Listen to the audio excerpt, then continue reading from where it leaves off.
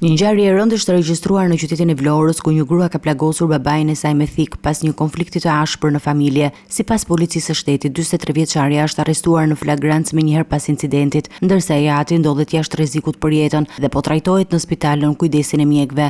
Ngjarja ka ndodhur në banesë, ku të dy bashkëjetonin dhe hetuesit po punojnë për të zbardhur arsyet që çuan në përshkallëzimin e konfliktit deri në dhunë fizike. Burimet nga grupi hetimor konfirmojnë se në vend ngjarje është sekuestruar mjeti prerës, që dyshohet të jetë përdorur gjatë sulmit dhe janë marrë deklarimet e para të personave të familjes. Ndërkohë, një tjetër rast të dhunë familjeje ka ndodhur në Sarandë. Policia e qytetit ka proceduar penalisht një adoleshent i cili pasi ka ushtruar dhunë fizike ndaj babait dhe gjyshes së tij.